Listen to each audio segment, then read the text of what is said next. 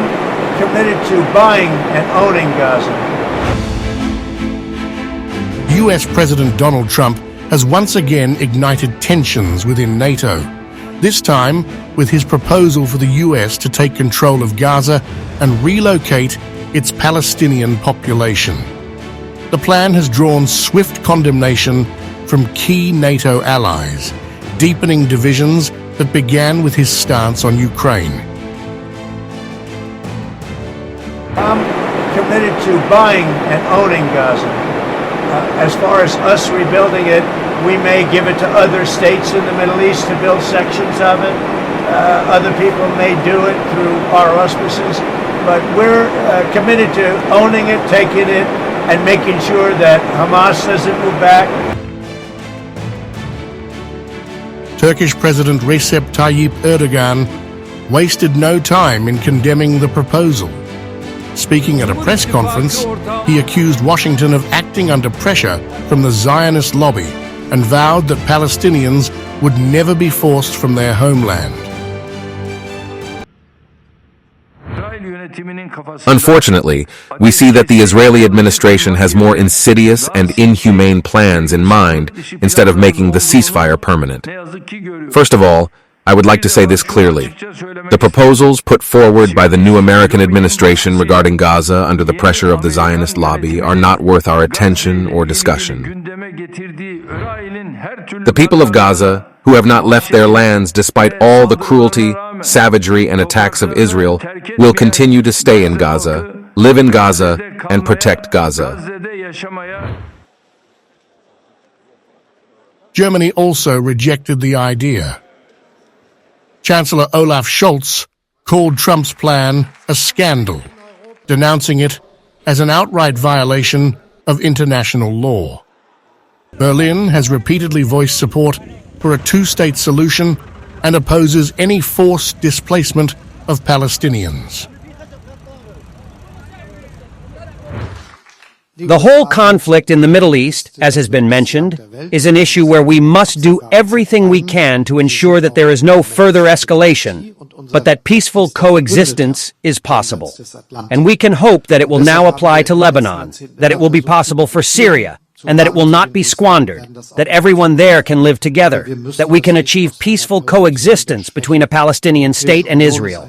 In other words, there are also major political tasks to be tackled. And that is why I completely reject this clear statement, which President Trump has put out there.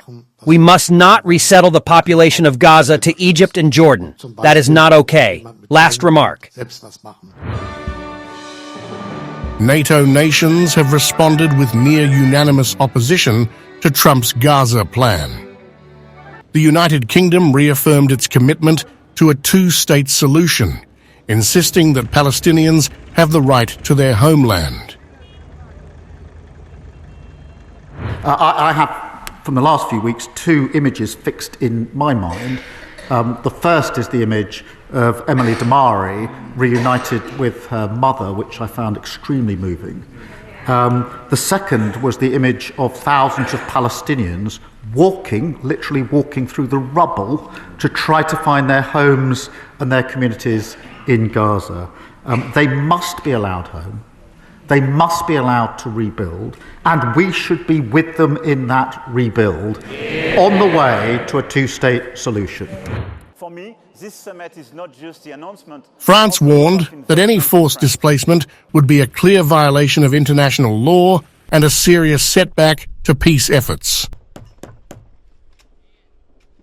France reiterates its opposition to any forced displacement of the Palestinian population of Gaza, which would constitute a serious violation of international law, an attack on the legitimate aspirations of the Palestinians, but also a major obstacle to the two-state solution and a major destabilizing factor for our close partners Egypt and Jordan, as well as for the entire region. Spain rejected the idea outright, stating that Gaza belongs to Palestinians and must remain part of a future Palestinian state. Gazans' land is Gaza, and Gaza must be part of the future Palestinian state. that you can continue to In the count Netherlands, on the support Foreign of the Minister Netherlands. Casper Veldkamp Political, distanced his military, government from remarks financial and made moral by right-wing support. leader Geert The Netherlands also Wilders, believes clarifying that official Dutch policy does not support US control over Gaza. I would not speculate about ideas of the people of the Palestinian people of the Gaza Strip to go anywhere else. Those who are the Palestinians in the Palestinian territories should be able to remain in the Palestinian territories, be it the West Bank or the Gaza Strip.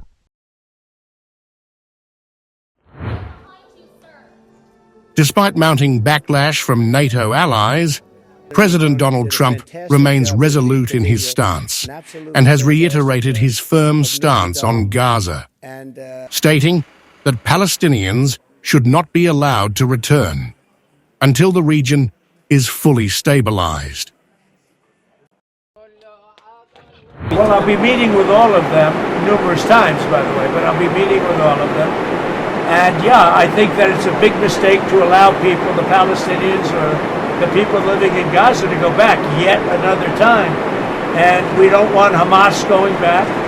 And think of it as a big real estate site. And the United States is going to own it and will slowly, very slowly, we're in no rush, develop it. We're going to bring stability to the Middle East, to a totally war-torn part of the Middle East. A part of the Middle East that has caused tremendous problem, the Gaza Strip. And we'll own it. It's totally demolished right now. It's a demolition site. It'll be reclaimed. It'll be leveled out, fixed up. There won't be anybody there. Hamas won't be there. We'll be building through other of the very rich countries in the Middle East. They'll be building some beautiful sites for the people, for the Palestinians to live in. They'll be living in harmony and peace probably for the first time in hundreds of years. This latest dispute adds to NATO's growing fractures. Trump's stance on Ukraine already put him at odds with European leaders, and now his Gaza proposal is driving another wedge between Washington and its allies. With NATO allies firmly against the plan, Trump faces significant pushback.